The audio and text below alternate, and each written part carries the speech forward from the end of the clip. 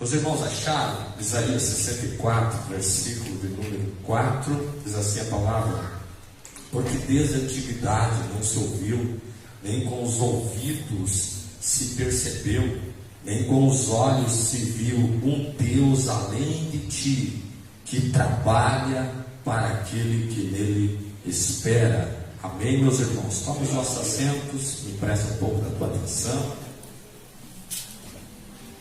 porque eu tenho uma palavra de Deus para o teu coração nesta oportunidade.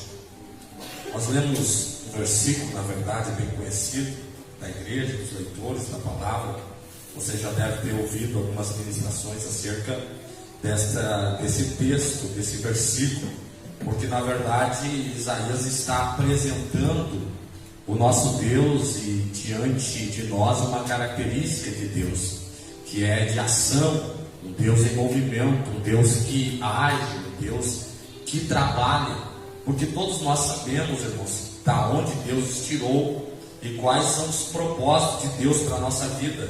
O primeiro chamado nosso foi chamado para a salvação. Todos nós fomos resgatados de um mundo de treva, de um mundo de pecado, e o Senhor nos chamou para a sua maravilhosa luz. E esse é o primeiro chamado de salvação, que ninguém pereça, mas tenham a vida eterna. Mas o Senhor também nos chamou para um chamado de transformação, de mudanças. E essas mudanças, essas transformações são ocasionadas pelo processo poderoso do tratar, do trabalhar de Deus na vida de cada um de nós em particular. Deus nos chama, nos atrai para a salvação, e às vezes nós chegamos para esse chamado de salvação todo arrebentado, todo arruinado, alguns de nós desprezados pela família, pela sociedade.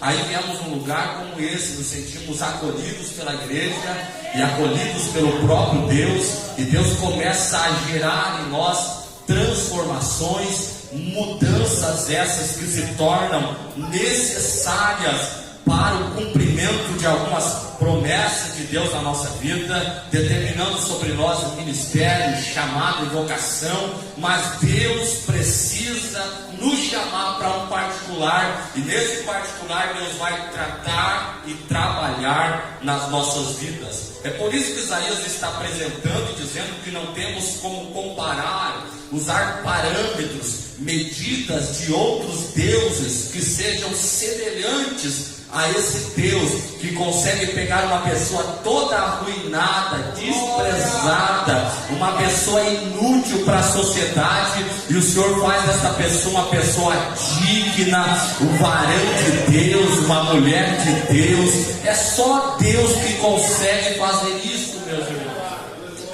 Trabalhar esse processo de mudanças e transformações nas nossas vidas.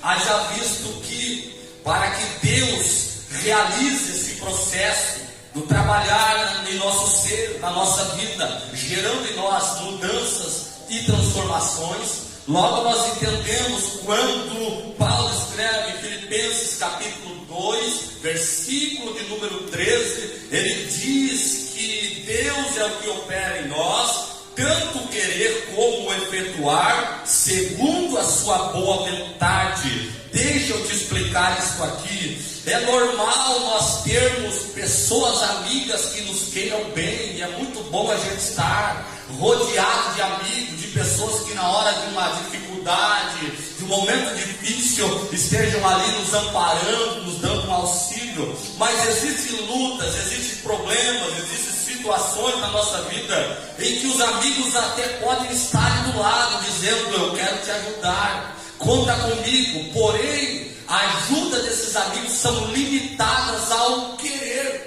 Eles só têm boa vontade. Olha, eu quero te ajudar, mas sou limitado no fazer, no efetuar. Mas a Bíblia está dizendo que o meu e o teu Deus tem tanto poder para querer, como para fazer aquilo que Ele quer fazer na nossa vida. Glórias ao Senhor Jesus Cristo. Por isso, mantenha sempre Jesus do teu lado, o teu melhor amigo, que na hora da tua pior luta, do teu pior problema, os amigos podem dizer: eu queria te ajudar, mas não posso. E Deus está dizendo: eu quero te ajudar e posso te ajudar. Glória a Deus por isso. mas Deus restringe essa atuação do seu operar, do seu trabalhar, conforme escreve Paulo. Ele diz que Deus faz isto segundo a sua boa vontade. Logo, nós temos que entender que todo o processo do trabalhar de Deus na nossa vida, para gerar mudanças e transformações, passam exclusivamente pela boa vontade de Deus. Logo, a minha vontade, ela não tem primazia. Logo, o meu querer, ela não está em primeiro plano. Primeiro é a vontade de Deus, é a boa vontade de Deus, e ela que prevalece e predomina sobre a minha vida. Glória a Deus. É a vontade de Deus. E nós, irmãos, convenhamos que somos especialistas em expressar para Deus a maneira em que nós gostaríamos de que Deus agisse em nós.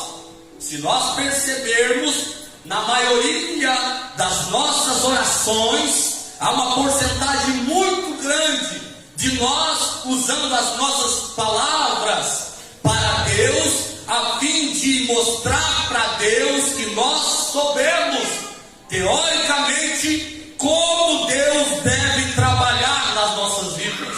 Nós demonstramos nas nossas orações, teoricamente, como Deus deve trabalhar no esposo, na mulher, nos filhos. As nossas orações, na sua maioria, é ensinando Deus a maneira que deve trabalhar, mostrando para Deus que teoricamente nós soubemos o que Deus devia fazer para nós. Se não vejamos, tem um filho nas drogas, a nossa oração, Deus, envia um profeta lá para falar para o meu filho, lá na boca onde ele está comprando drogas, e abrir os olhos dele para ele se converter e ser crente. A gente associa a teoria nossa com o poder de Deus, porque na verdade é isso. Na teoria nós soubemos como se deve fazer, como se deve agir, como se deve trabalhar, mas não temos poder para efetuar aquilo que nós soubemos. Aí nós queremos aliar o nosso querer com o efetuar de Deus, mas com Deus isso não funciona. Paulo diz que o querer é dele, não é o nosso, e o efetuar não é o nosso, é o dele. Glória a Deus.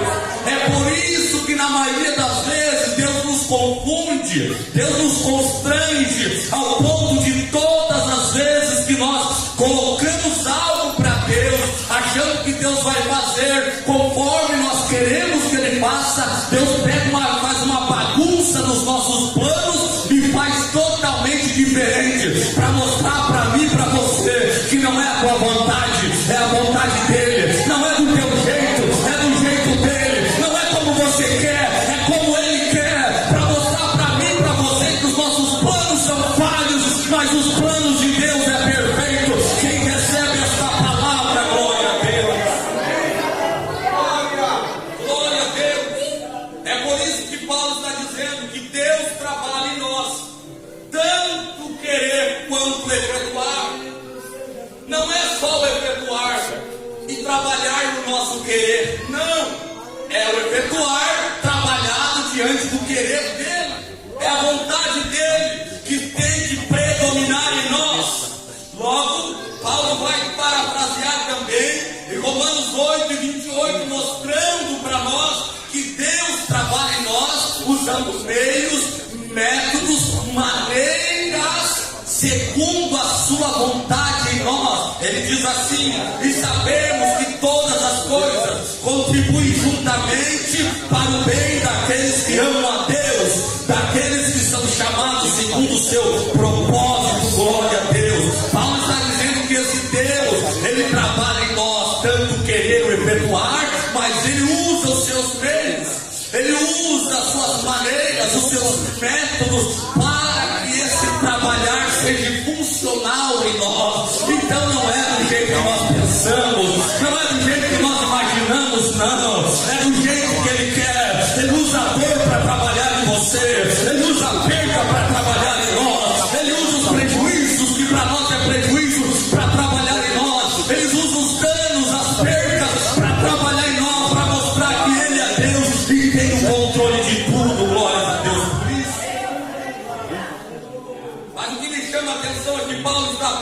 Portanto, esse Deus que trabalha conforme o seu querer, segundo a sua boa vontade, usando meios, métodos, maneiras exclusivamente dele para trabalhar em nós. E Paulo diz que ele usa todos esses meios e unem juntamente para o bem. Olha, isso aqui é a nossa garantia de sucesso. É a garantia de sucesso que, se você está nas mãos de Deus, sofrendo o trabalhar de Deus, esse processo do trabalhar de Deus, essa é a garantia da palavra que no final tudo vai dar certo. Glória a Deus. Você pode estar chorando hoje, você pode estar se perguntando por porquê de algumas coisas hoje, mas no amanhã tudo será esclarecido e o benefício de Deus surgirá para você e você vai glorificar a Deus. Quem recebe essa palavra, glória a Deus. Esse é o Deus que trabalha para gerar em nós mudanças e transformações. E é muito bom, muito maravilhoso alguém olhar para nós que nos conhecia no nosso passado e perceber algumas mudanças em nós.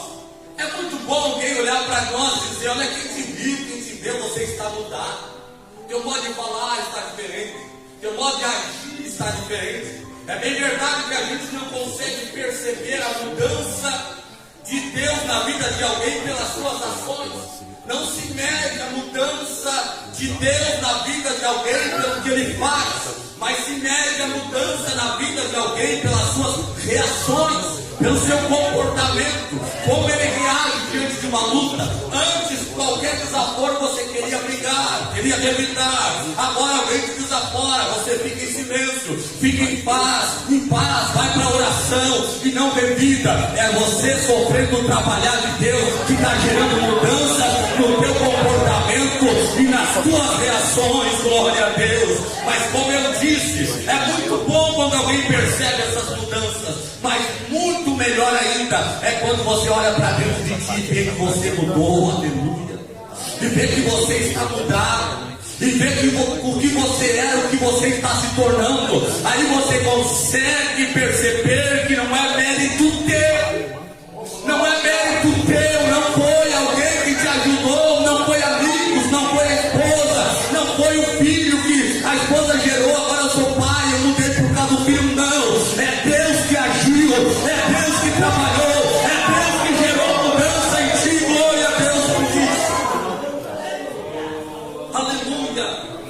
Esse Deus é especialista em trabalhar para trazer resultados diferentes em nós.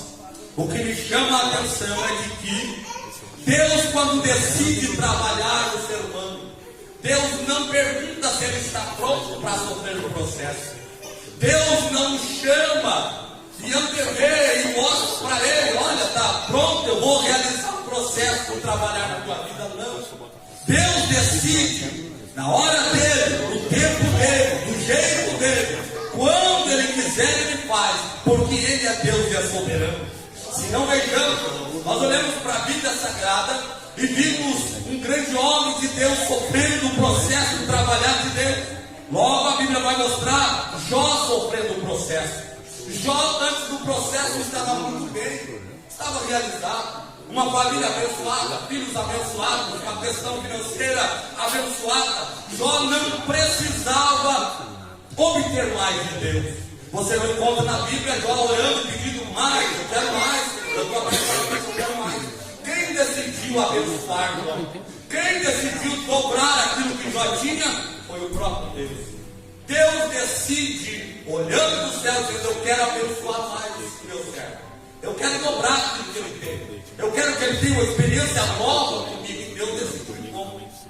E Deus começa a tratar, Deus começa a trabalhar e age no seu processo, unindo juntamente coisas que começam a acontecer na vida de Jó. Algumas permissões de Deus, onde Deus permite Satanás tocar, Satanás roubar, Satanás tomar algumas coisas que Jó julgava ser importantes.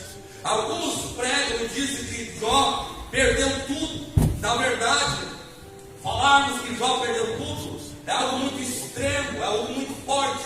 Jó, na verdade, ele não perdeu tudo, mas ele perdeu coisas importantes da sua vida. Jó perdeu seus 10 filhos, muito importante. Quem perdeu um filho sabe como esta dor é grande. Perde 10 filhos de uma vez só, perde alguns dos seus camelos, ovelhas, enfim, perde alguns bens materiais. Também a sua saúde fica comprometida. Jó perdeu coisa importante, porém não perdeu tudo. Ainda tinha sua mulher do seu lado, ainda incrédula, mas estava com ele. Tinha a sua casa, a sua propriedade, porque a casa que desmoronou, matando seus filhos, era a casa do seu irmão. Ele ainda tinha as suas terras, e além de tudo, Jó ainda tinha Deus. E nós usamos um jargão evangélico para dizer que quem tem Deus tem tudo. Então dizer que Jó perdeu tudo é algo muito forte. Ele perdeu coisas importantes, e nesse processo Deus permite isso. Às vezes Ele tira de nós coisas que nós julgamos ser importantes e necessárias para nós, para que depois Deus torne a dar algo que Ele julga ser importante de fato para as nossas vidas. Mas passar esse processo é árduo, é doloroso, é dificultoso, porque em todo momento nós só queremos entender o que está acontecendo. Se não vejamos o livro de Jó, a gente vai ler o livro de Jó e ver ele passando todo esse processo, mas você não vai ler o seu livro Jó reclamando pela perda dos filhos, não vai. Você não vai ver Jó reclamando pela enfermidade ao ponto de se coçar com um pedaço de telha, não vai. Você não vai ver Jó reclamando pela perda dos bens, dos camelos, do gado, das ovelhas, não vai. Você vai ver Jó no seu livro questionando a Deus o porquê de tudo aquilo. Porque de nós, seres humanos, querer entender o momento, querer entender a situação, querer entender os acontecimentos. Mas deixa eu te dizer que Deus, quando Ele trabalha em silêncio. Não precisa dar explicação do que Ele faz para ninguém, porque Ele sabe o que faz e faz tudo perfeito. Aleluia! Deixa Deus trabalhar no silêncio. Se você não estiver entendendo, não abra a boca para questionar, não abra a boca para murmurar. Faça que nem Jó, abra a boca para glorificar a Deus e entender que o meu Redentor Ele vive. Glórias ao Senhor Jesus.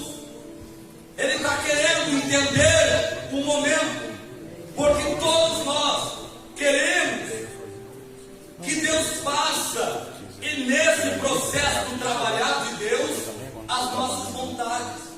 Como eu falei anteriormente, as nossas orações estão explicando Deus como nós gostaríamos que Deus trabalhasse em nós. Nós somos assim. É como nós às vezes estamos numa enfermidade, enfrentando uma enfermidade. Na nossa oração nós fizemos tudo para que Deus faça o nosso querer. Dentro do nosso querer está dizendo para Deus: hospital não, manda o médico não, é o nosso querer. E às vezes Deus permite você entrar no hospital, passar na mão do médico.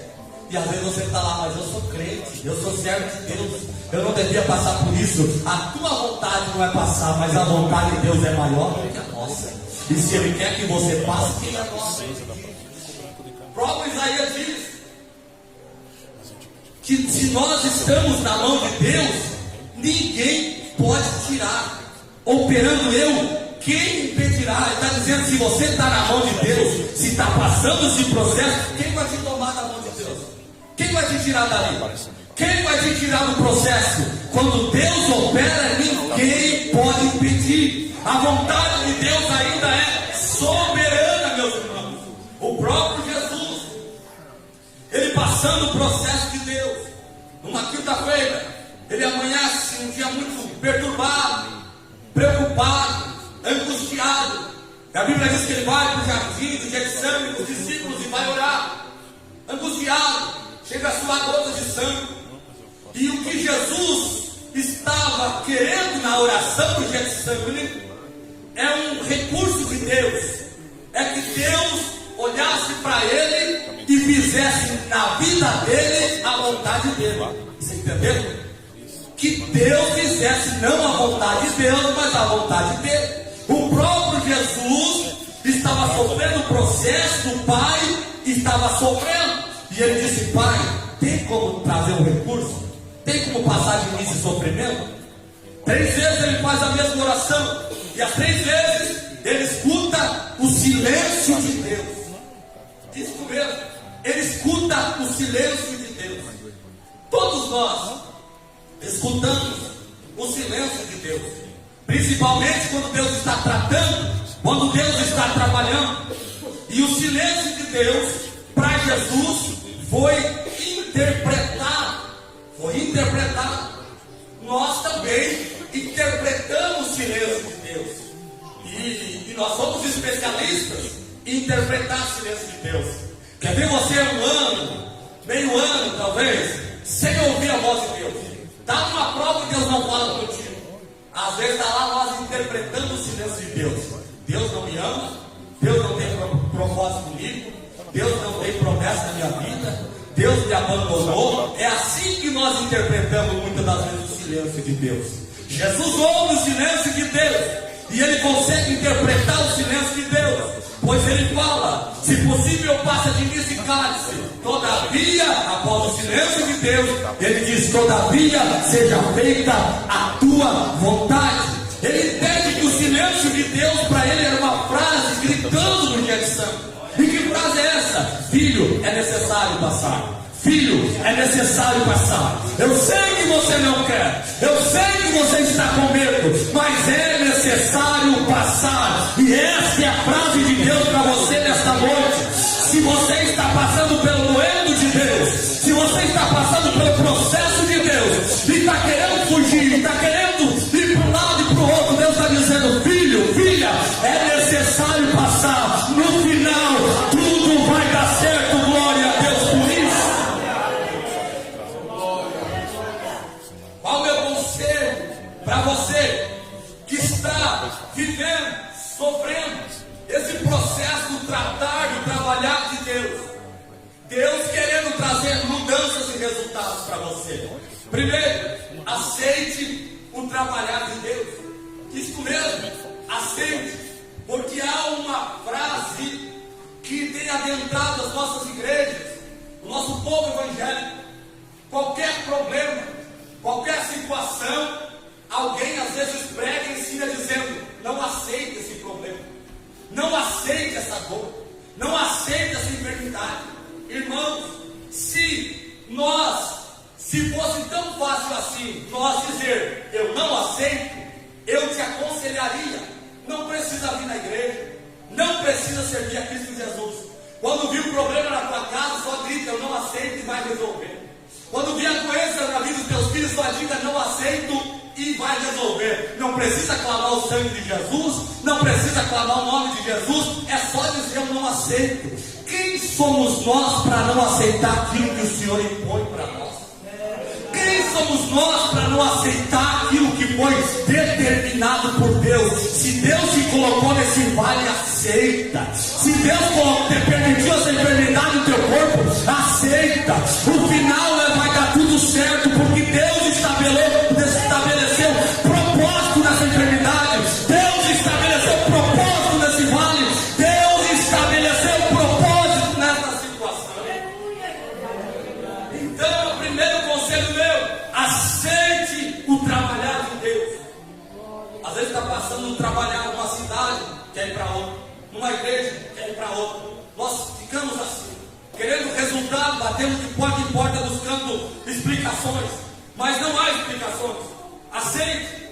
Quando Jesus acabava a ceia, Evangelho de João, a Bíblia diz que ele acaba a ceia e sai, e de repente ele volta, cingido com uma toalha e uma bacia de água, e começa a lavar os pés dos discípulos. E lava os pés de Tiago, de João, de Tomé, enfim, todos olhando. Ninguém perguntava o que ele estava fazendo, o que aquilo. Mas quando ele vai lavar os pés de Pedro, Pedro indaga: Senhor, o que você está fazendo? Vai lavar meus pés você não vai lavar. E ele começa a relutar com Jesus. A gente vai entender o contexto da vida de Pedro, que Pedro era meio curioso em todas as coisas. Ele sempre estava à frente, queria saber das coisas, queria experimentar as coisas. Na verdade, Pedro não estava preocupado pelo fato do mestre lavar os pés dos seus discípulos. Não, Pedro estava preocupado porque ele não estava entendendo o que Jesus estava fazendo. E ele está jogando verde para colher maduro. Ele está dizendo: eu vou indagar ele o porquê que ele está fazendo isso para ele me explicar. Mas de repente Jesus disse: Pedro, eu preciso lavar meus pés. Não vou lavar meus pés. E Jesus olha para ele e diz assim: Pedro, o que eu faço não entendes tu agora, tu entenderás depois. E Pedro começa a relutar: poxa, eu queria entender, mas eu vou jogar mais um pouco. Não, seus pés não. Aí Jesus olha para ele e diz: Pedro, se eu não lavar os teus pés, tu não terás parte comigo. Opa, parte contigo? Tem propósito nisso aí? Tem propósito nisso aí? Eu não entendo agora, vou entender depois. Eu não terei parte, tem parte, tem propósito. Ele se empolga: não, então lava só meus pés, lava minhas mãos, lava minha cabeça, lava meu corpo todo, porque ele entende que por mais que não tinha explicação no momento, os propósitos de Jesus são estabelecidos. Aleluia, glórias ao Senhor Jesus Cristo. Então não questiona, aceita, porque há propósito em tudo que o Senhor permite na tua vida. Glória a Deus. Segundo, suporte o trabalho de Deus. A Bíblia não vai dar ideia para nós de que nós devemos tentar entender o trabalhar de Deus. Não tem como tentar. O máximo que nós vamos perceber é o capítulo 18 de Jeremias, onde Deus em Jeremias desce a casa do oleiro, que eu mostro como eu trabalho na casa de Israel. É o processo do oleiro trabalhando lá, o processo do amassar, o barro, enfim. Essa é a ideia de trabalhar de Deus. A Bíblia permite nós buscar entender qual é a boa, perfeita, agradável vontade de Deus, mas não trabalhar de Deus. Dificilmente Deus vai explicar o que Ele faz, mas Deus vai fazer. Deus não explicou para Daniel que ele tinha que entrar na cova dos leões. Ele entrou e lá Deus foi com ele. A maioria dos processos de Deus, nós vamos conceituar pela palavra de Deus que são processos dolorosos. Por isso eu disse isso, você deve aceitar e suportar. Você não vai ver alguém testificar: eu passei por um processo de Deus, comendo churrasco, bebendo Coca-Cola, deitado numa rede. Que processo que eu passei por Deus? Não. Você vai ver alguém dizendo: eu passei um processo de Deus na cova dos leões, numa fornalha, no deserto, numa cisterna, numa prisão. Lá eu fui moído por Deus, lá eu fui tratado por Deus, lá eu experimentei Deus de fato na minha vida, lá eu fui transformado nessa situação. Essas são as maneiras que Deus trabalha. É por isso que nós devemos aceitar e suportar, porque pode doer. E a Bíblia diz que choro pode durar uma noite inteira, mas a alegria vem no amanhã. De fato, o choro, ele pode, não é que ele vai durar uma noite inteira, ele pode durar uma meia hora na noite, uma hora na noite, mas a certeza é que tem resultado no amanhecer. Glórias ao Senhor por isso. Então, aceite e suporte o trabalhar de Deus na tua vida. E eu concluo dizendo para vocês que esse trabalhar de Deus segue no mínimo 2 princípios, e eu aqui encerro. O primeiro princípio do porquê Deus decide trabalhar em nós para trazer mudanças e resultados em nós. Deus trabalha em nós para fornecer algo melhor para as nossas vidas. Isso mesmo. O processo de Deus em Jó foi para fornecer algo melhor do que ele já tinha. O processo de Deus em Cristo foi para fornecer a Cristo algo melhor do que ele tinha. Foi-lhe dado todo o poder nos céus, na terra e debaixo da terra. Foi-lhe dado um nome que é sobre todos os nomes. Mas para isso Jesus teve que aceitar e suportar o processo. Então o processo vai sempre trazer algo melhor para nós. A Bíblia diz que o final de Jó foi melhor do que o primeiro estado. Deus multiplicou e lhe deu em dobro tudo quanto ele tinha. E o segundo, eu quero te convidar a estar de pé, eu quero orar por você. Eu julgo ele ser mais importante. O segundo princípio do trabalhar de Deus em nós, além de fornecer algo melhor, também Deus usa esse processo para fazer de nós alguém melhor. Glória a Deus por isso. Glória a Deus por isso.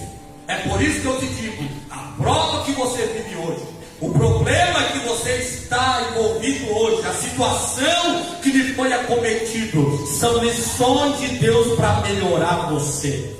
Eu repito, são lições de Deus para melhorar você.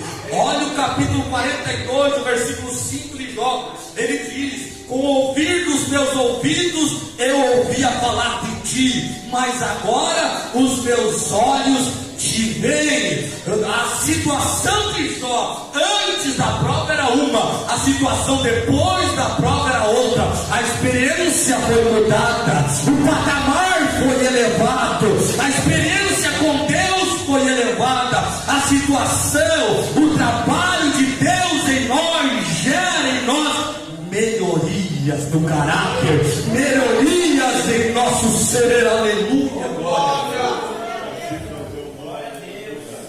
Aleluia. É por isso, e eu concluo isso para você: permita-se ser tratado e trabalhado por Deus. Permita-se. Não fuja.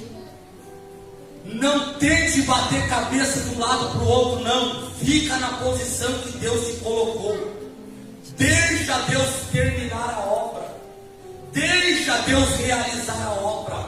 Eu sei que o processo é difícil, mas o resultado, escute isso. Eu sei que o processo é difícil, mas o resultado vai apagar as marcas do processo. O resultado, irmãos, apaga as marcas do processo. Eu imagino Jó quando teve o resultado dizendo: Deus, obrigado por passar o processo. Aleluia. Obrigado por passar o processo. Jesus lá no Pai, abraçando o Pai quando volta ao céu, disse: Pai, obrigado por passar o processo. O resultado apaga os traumas do processo. Olha José quando passou o processo. Foi difícil e machucou ele, mas o resultado apagou as marcas do processo. Quando os irmãos chegaram e descobriram que José estava vivo, ficaram com medo. Agora vão morrer, vai se vingar, vai nos maltratar. Ele diz assim: eu não tenho ódio de vocês, eu não tenho mágoa de vocês. Ele está dizendo com isso: o resultado foi melhor e importante e apagou as marcas do processo. Aleluia. Eu profetizo que hoje você pode estar chorando, hoje você pode estar lamentando, hoje você pode até pensar em murmurar, questionar e parar, mas quando chegar o resultado, faz uma alegria tão grande no teu coração que você vai agradecer pelo processo ao ver o resultado de Deus na tua vida. Eu quero orar por você nesta noite. A serva de Deus vai estar louvando, e eu quero orar, e eu quero profetizar na tua vida. Assim como Jesus disse para Pedro: o que eu faço não entendes tu agora, mas tu saberás depois.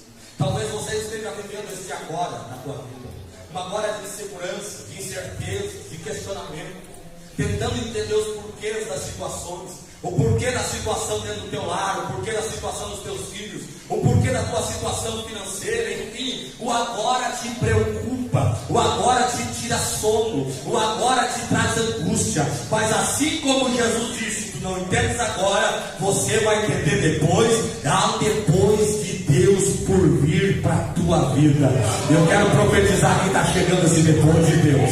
O depois de você entender o porquê de hoje, o depois de esclarecimentos que hoje você não tem, o porquê, aleluia, porque você está sofrendo hoje. Vai vir depois de Deus na tua vida, de esclarecimento. E é normal você dizer: eu sofri, eu padeci, mas hoje eu vejo a mão de Deus me favorecer. Você que ouviu esta palavra, sentiu que Deus falou ao teu coração, por bondade, sai do teu banco, venha diante do altar. Eu quero orar por você, quero fazer uma oração profética pela tua vida, pela tua casa e pela tua família. Eu quero profetizar que o Senhor Jesus está cuidando de tudo.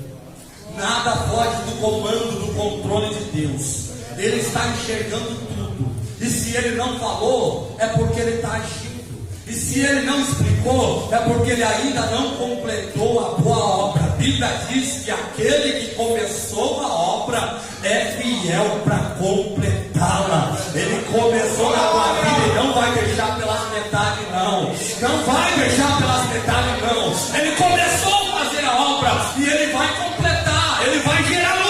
promessa, Ele vai trazer resultado, e você vai glorificar o nome do Senhor quando vê o que Deus vai fazer na tua vida.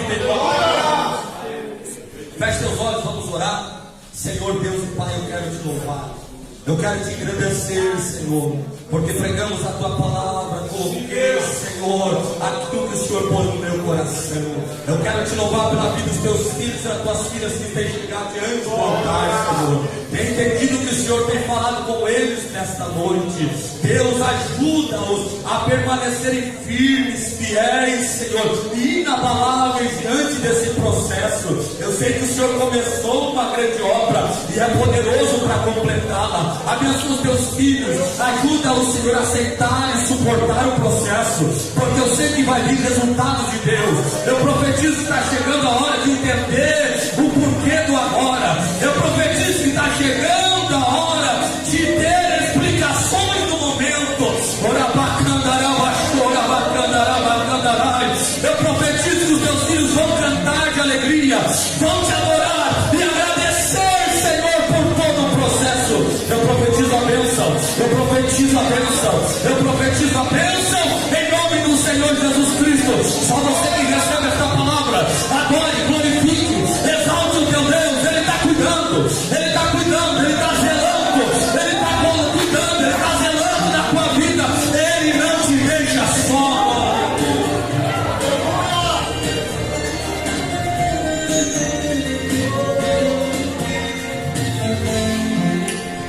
Não pare só por causa de alguém que não acreditou.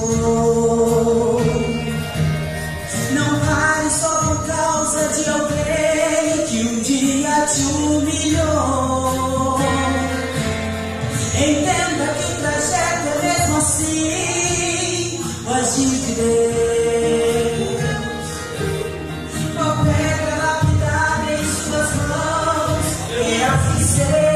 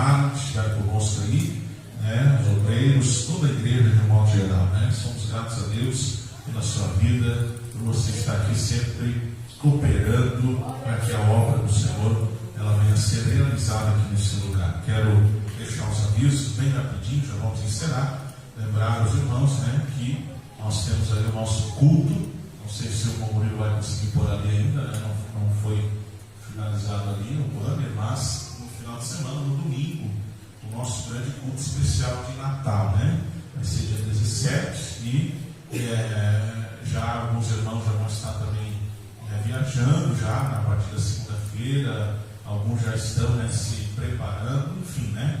Mas você que estiver aqui, venha, participe do nosso culto, né? Vai ser muito ser especial porque tem algo para as crianças. Nós vamos estar aqui também para toda a igreja, vai ser bênção de Deus. Então não falte, irmãos, né?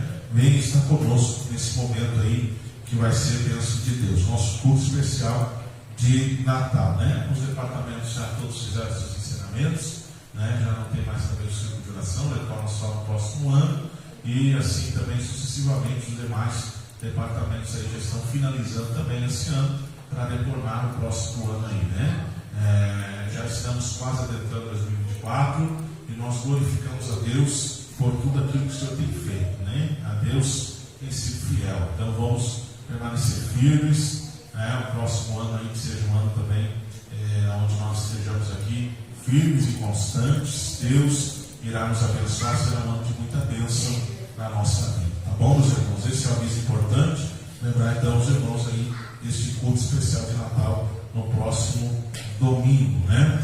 Então fique atento aí ao nosso aviso, não falte, tá bom? Que Deus abençoe a todos, né, que vieram nessa noite. Já foi orar, foi ministrar a bênção sobre a tua vida. Nós vamos despedir nesse momento. Quero que você levante a tua mão junto comigo e vamos ver juntos que a graça do nosso Senhor, Salvador Jesus Cristo, o amor de Deus, a comunhão do Espírito Santo seja com cada um de nós hoje para todos sempre. Você diz? Amém. O bairro crê que é? Se Jesus não voltar, Deus abençoe a todos. Deus abençoe cada um dos irmãos. Uma ótima semana e depois dessa semana a todos os irmãos.